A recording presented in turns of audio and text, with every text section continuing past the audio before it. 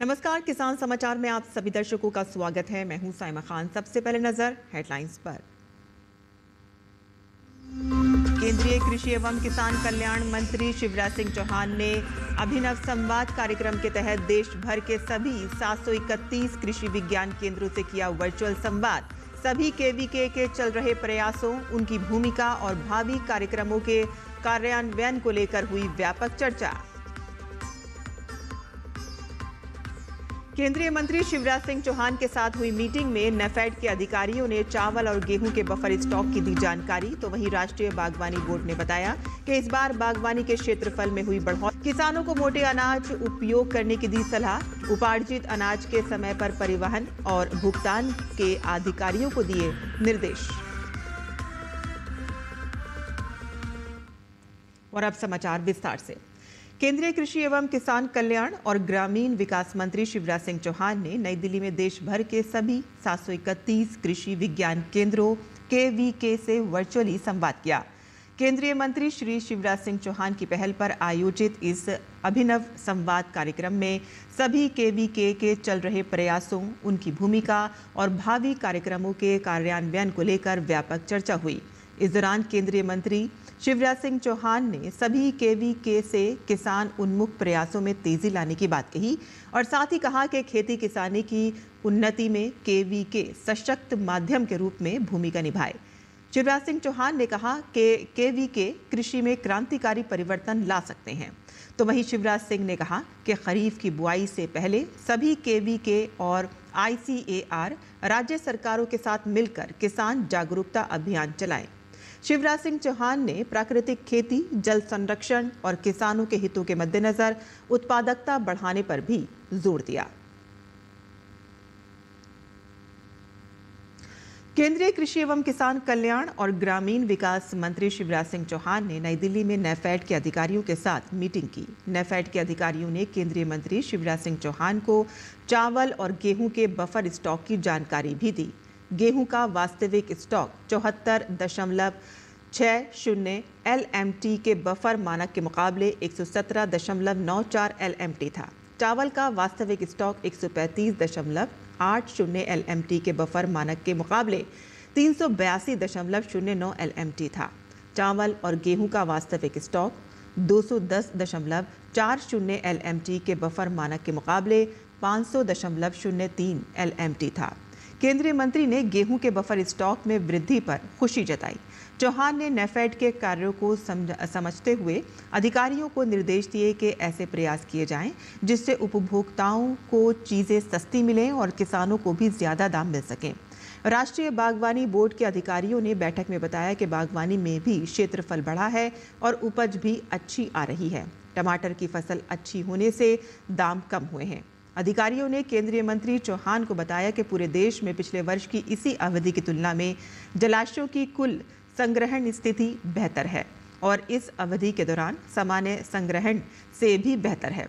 161 जलाशयों में उपलब्ध संग्रहण पिछले वर्ष की इसी अवधि के संग्रहण का 118% और पिछले 10 वर्षों के औसत संग्रहण का 119% है।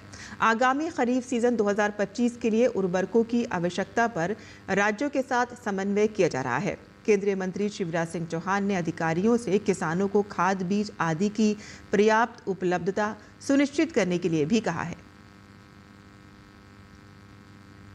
बता दें आपको कि नेफेड के अधिकारियों ने केंद्रीय मंत्री को चावल और गेहूं के बफर स्टॉक की जानकारी दी। केंद्रीय मंत्री ने गेहूं के बफर स्टॉक में वृद्धि पर खुशी जताई और राष्ट्रीय बागवानी बोर्ड के अधिकारियों ने बैठक में हिस्सा लिया और अधिकारियों ने बताया कि बागवानी का क्षेत्रफल बढ़ा है और उपज भी अच्छी हो रही है।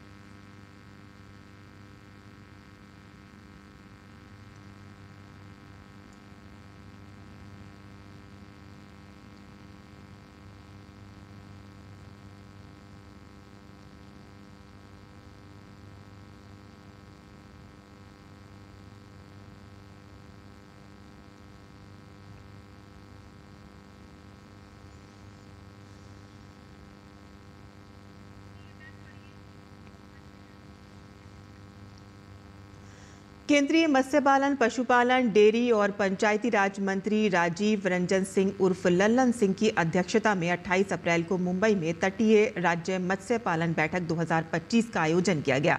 इस अवसर पर केंद्रीय मंत्री राजीव रंजन सिंह ने प्रधानमंत्री मत्स्य संपदा योजना के तहत 255 करोड़ रुपए के परिव्यय के साथ 7 तटीय राज्यों और केंद्र शासित प्रदेशों के लिए प्रमुख परियोजनाओं का उद्घाटन और शिलान्यास किया। केंद्रीय मंत्री ने इस अवसर पर डिजिटल एप्लीकेशन व्यास NAV युक्त टैबलेट भी वितरित किए और प्रधानमंत्री मत्स्य किसान समृद्धि सह योजना के तहत लाभार्थियों को पहली बार एक्वा बीमा प्रदान किया।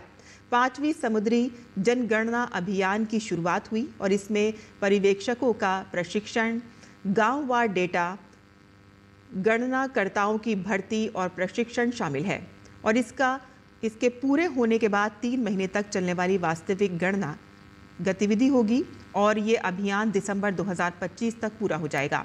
भारत की 5वीं समुद्री मत्स्य गणना MFC 2025 की तैयारी के एक बड़े कदम के रूप में पारदर्शिता और दक्षता को बढ़ावा देने के उद्देश्य से डिजिटल रूप से डेटा संग्रह के लिए एक मोबाइल एप्लीकेशन व्यास NAV लॉन्च किया गया। पारंपरिक पद्धति से भू संदर्भित ऐप आधारित डिजिटल प्रणाली को प्रयोग में लाते हुए MAFC 2025 देश भर में 12 लाख मछुआरों के परिवारों को कवर करेगा। ये बड़ा अभियान प्रधानमंत्री मत्स्य संपदा योजना के तहत मत्स्य पालन, पशुपालन और डेयरी मंत्रालय के मत्स्य पालन विभाग द्वारा समन्वित किया जाएगा। अगर मछली पालन करते हैं आप और आपको बजट की परेशानी होती है तो अब आपकी ये परेशानी दूर हो सकती है, क्योंकि सरकार हर मछली पालक को मछली किसान क्रेडिट कार्ड दे रही है। ऐसे में अगर आपने मछली किसान क्रेडिट कार्ड नहीं बनवाया है तो आज ही इसे बनवा लें।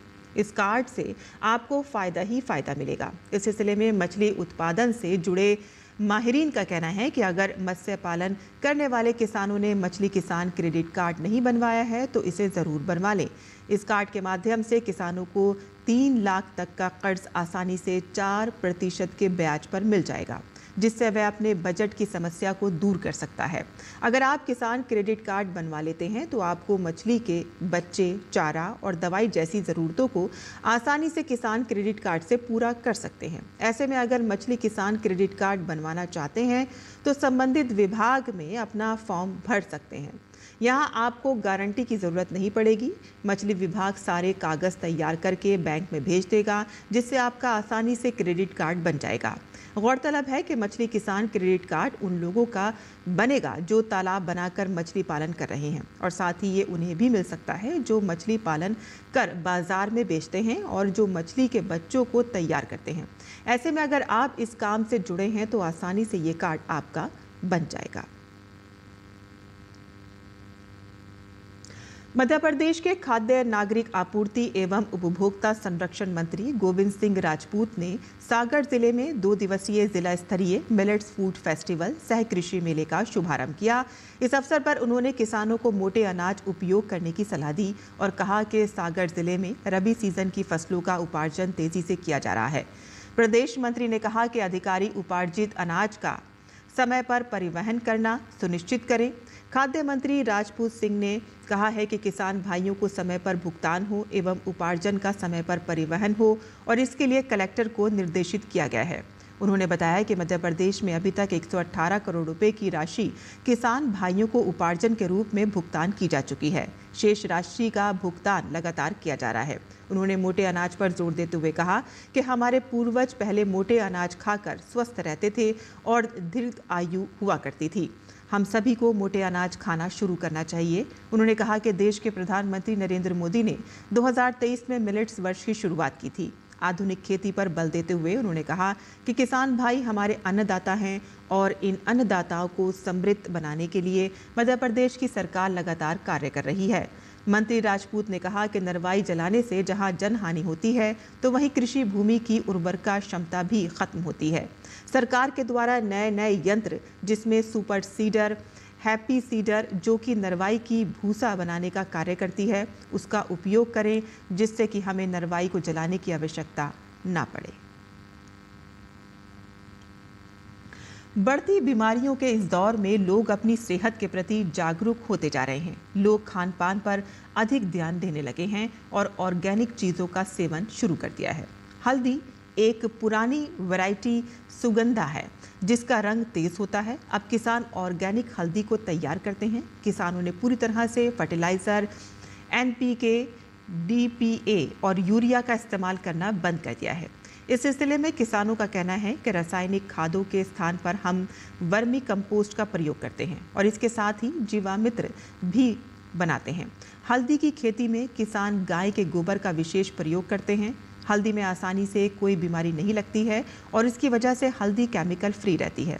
इसमें किसी भी तरह के पेस्टिसाइड का प्रयोग नहीं किया जाता है। इसके अलावा हल्दी का पाउडर भी बनाते हैं। हल्दी पत्ती का तेल भी तैयार करते हैं। उनका दावा है कि ये दर्द निवारक तेल है। चोट का दर्द हो, मोच का दर्द हो, घुटने का दर्द हो, गठिया का दर्द हो या कोई दूसरा दर्द, ये तेल रामबाण है। मात्र एक बूंद तेल शरीर पर लगाने से मच्छर दूर भाग जाते हैं। इसका तेल दीमक का नामो निशान खत्म कर देता है। गौरतलब है कि ऑर्गेनिक प्रोडक्ट की डिमांड पूरे देश में सभी जगह है।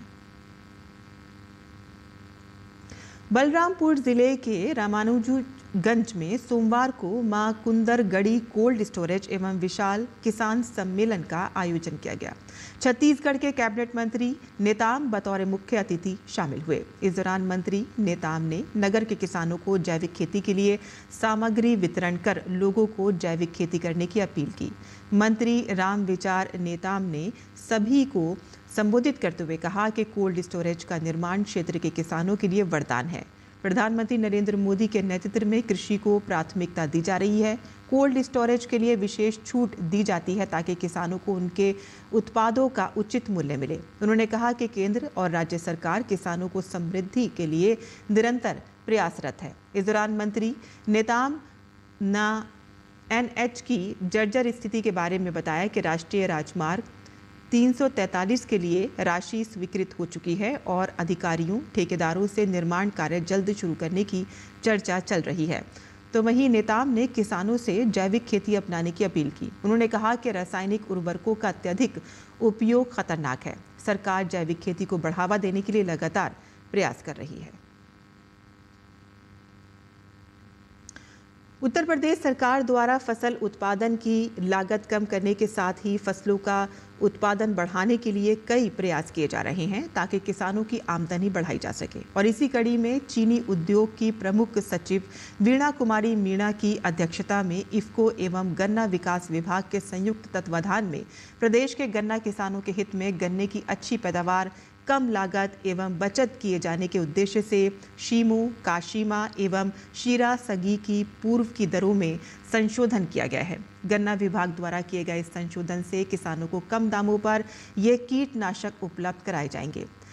समीक्षा बैठक में प्रमुख शासन सचिव द्वारा बताया गया कि किसान हित में ये निर्णय इफ्को की सहयोगी संस्था द्वारा उत्पादों की दरों में अतिरिक्त छूट प्रदान कर प्रतिस्पर्धा एवं उचित मूल्य पर इफ्को के उत्पादों को गन्ना समितियों के माध्यम से गन्ना किसानों को लाभ पहुंचाने के लिए लिया गया है।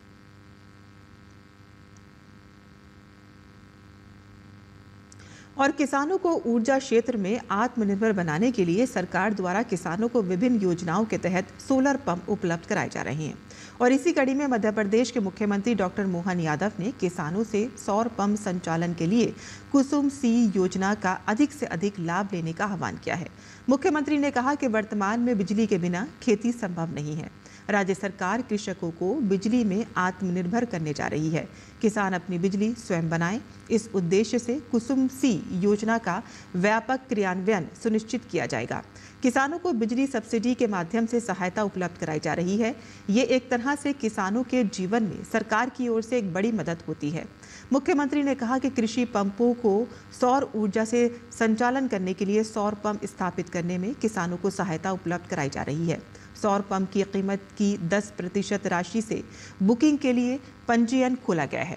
प्रदेश में 3 हॉर्स पावर तक के सौर पंप का पंजीयन आरंभ किया गया है और इसी प्रकार 5 लाख रुपए तक के पंप के लिए किसानों से मात्र 50,000 रुपये लेकर बाकी 4,50,000 रुपये की सरकार द्वारा गारंटी लेकर किसानों को पंप उपलब्ध कराया जाएगा।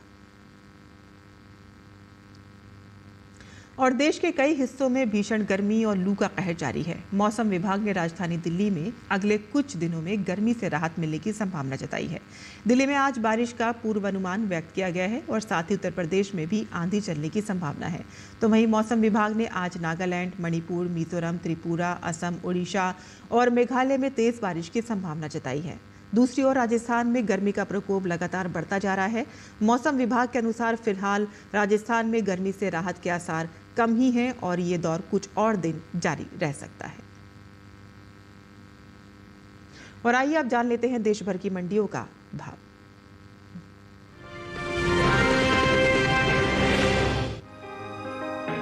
कृषि उपज मंडियों में इन दिनों चने की आवक सामान्य बनी हुई है। सोमवार को चने का कारोबार उतार चढ़ाव के साथ हुआ, जबकि कुछ मंडियों में इस दौरान चने के सौदे बिना किसी फेरबदल के साथ हुए। एगमार्कनेट के मुताबिक गुजरात की राजकोट मंडी में चने के सौदे कमजोरी के साथ हुए। यहाँ 26 अप्रैल को चने का भाव था 5,375 रुपए, जो कि 28 अप्रैल को 125 रुपए लुढ़क कर 5,250 रुपए क्विंटल रह गया। वहीं उत्तर प्रदेश की रायबरेली मंडी में चने के सौदों में बढ़त देखने को मिली। 26 अप्रैल को चने का भाव रहा 6,775 रुपए, जो 28 अप्रैल को 25 रुपए चढ़कर 6,800 रुपए क्विंटल हो गया। उत्तर प्रदेश की ही फिरोजाबाद मंडी में भी चने का कारोबार तेज भाव पर हुआ। यहाँ 26 अप्रैल को चने का भाव 6,280 रुपए था। 28 अप्रैल को इसमें 20 रुपए की बढ़त हुई और भाव 6,300 रुपए हो गया। जबकि राजस्थान की कोटा मंडी की बात करें तो यहाँ चने के कारोबार में स्थिरता देखने को मिली। यहाँ 26 अप्रैल को चने का भाव था 5,200 रुपए।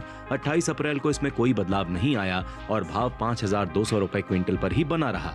बता दें कि कृषि एवं किसान कल्याण मंत्रालय की ओर से साल 2024-25 के लिए दूसरे अग्रिम अनुमान को जारी किया गया है, जिसके मुताबिक घरेलू स्तर पर रबी चने की पैदावार 115,35,000 टन होने का अनुमान जताया गया है, जबकि बीते साल इस दौरान रबी चने की उपज 110,39,000 टन थी। यानी इस साल रबी चने की पैदावार में 4,96,000 टन की बढ़त देखने को मिल सकती है, जिसका असर चने के बाजार भाव पर पड़ सकता है।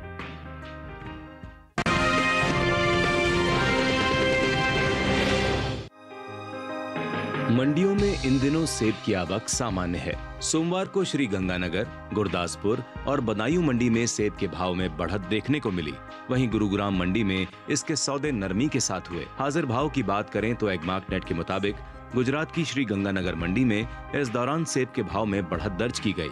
यहाँ 26 अप्रैल को इसका भाव रहा 10,000 रुपए, जो कि 28 अप्रैल को 2,000 रुपए उछलकर 12,000 रुपए पर पहुंच गया। इसी तरह पंजाब की गुरदासपुर मंडी में भी सेब का कारोबार तेजी के साथ हुआ। यहाँ 26 अप्रैल को इसकी कीमत थी 7,300 रुपए, जो कि 28 अप्रैल को 200 रुपए बढ़कर 7,500 रुपए हो गई। उत्तर प्रदेश की बदायूं मंडी में 28 अप्रैल को सेब का भाव 70 रुपए चढ़कर 9,380 रुपए से 9,450 रुपए पर पहुंच गया।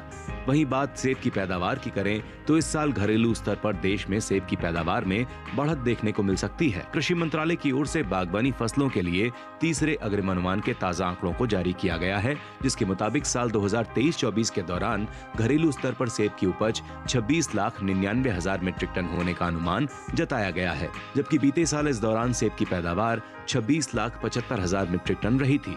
यानी इस साल सेब की पैदावार में 24,000 मीट्रिक टन की बढ़त देखने को मिल सकती है। उम्मीद है कि इसका असर सेब के बाजार भाव पर पड़ सकता है।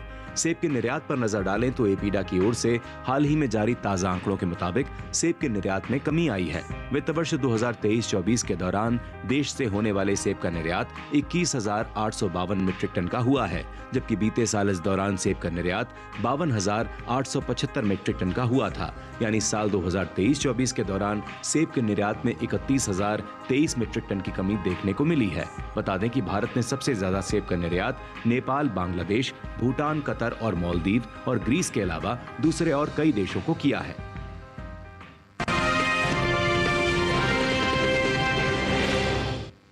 और मंडी खबर के बाद अब बात कर लेते हैं मौसमी खेती की। किसान इस मौसम में कैसे रखें अपनी खेती का ख्याल, आइए देखते हैं। नमस्कार, आप देख रहे हैं डीडी किसान। मैं हूं एआई कृष और आज हम अरुणाचल प्रदेश, असम और मेघालय में होने वाली खेती किसानी से संबंधित सलाहों के बारे में पूरी जानकारी देंगे।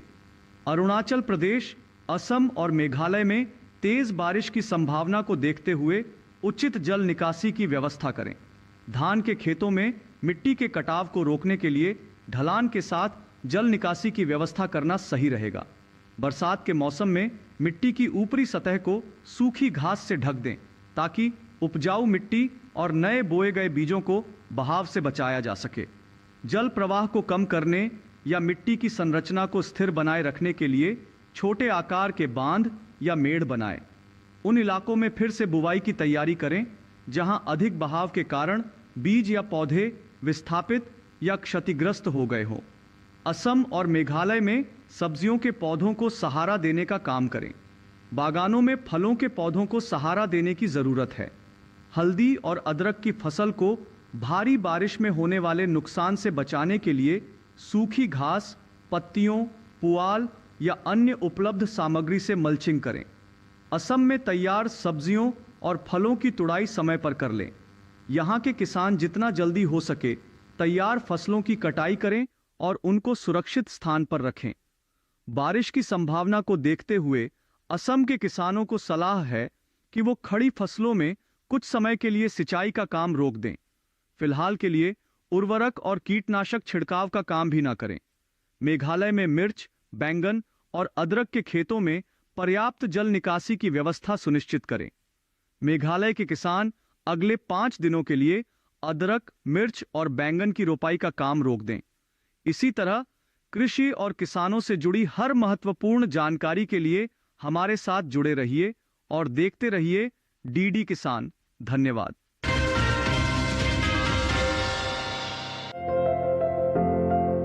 ये समय बैंगन की बुआई के लिए अनुकूल है। बैंगन की बुआई करने से पहले खेतों को अच्छी तरह तैयार कर लें। खेतों की जुताई कर जमीन को समतल कर लें। बुआई करते समय पौध से पौध की दूरी 60 सेंटीमीटर और पंक्ति से पंक्ति की दूरी 60 से 75 सेंटीमीटर रखें। किसान बैंगन की कई किस्मों की बुआई इस समय कर सकते हैं, जैसे पूसा श्यामला। इस किस्म की बुआई पंजाब, उत्तर प्रदेश, बिहार और झारखंड में कर सकते हैं। बैंगन की ये किस्म लंबे आकार की होती है। इस किस्म की 1 हेक्टेयर में 390 क्विंटल पैदावार ले सकते हैं। इसकी शाखाएं सीधी होती हैं और पौधा कांटा रहित होता है। पूसा पर्पल क्लस्टर की बुआई भी की जा सकती है। ये किस्म उत्तरी भारत के मैदानी और पर्वतीय इलाकों के लिए अच्छी होती है। 1 हेक्टेयर में 200 क्विंटल पैदावार ली जा सकती है। इसकी लंबाई 10 से 12 सेंटीमीटर होती है। इसका रंग गहरा बैंगनी होता है। इसके अलावा पूसा अंकुर की बुआई की जा सकती है। पूसा अंकुर राजस्थान, गुजरात, हरियाणा, दिल्ली, मध्य प्रदेश और महाराष्ट्र में लगाने के लिए काफी अच्छी है। इस किस्म का आकार गोल होता है। 1 हेक्टेयर में 350 क्विंटल फसल ली जा सकती है। इसके अलावा किसान बैंगन की पूसा उत्तम किस्म भी लगा सकते हैं। बैंगन की इस किस्म की बुआई पंजाब, उत्तर प्रदेश, बिहार और दिल्ली में की जा सकती है। इसका आकार भी गोल होता है। बुआई के तुरंत बाद पहली सिंचाई करें। खरपतवार नियंत्रण के लिए किसी भी दवा का छिड़काव विशेषज्ञों की सलाह पर ही करें।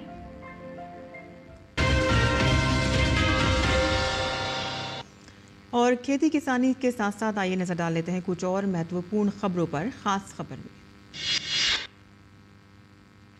नवाचार और स्टार्टअप में निवेश को लेकर नई दिल्ली भारत मंडपा में आयोजित युग सम्मेलन में प्रधानमंत्री ने शिरकत की। इसका आयोजन केंद्रीय शिक्षा मंत्रालय और वाधवानी फाउंडेशन ने संयुक्त रूप से किया है।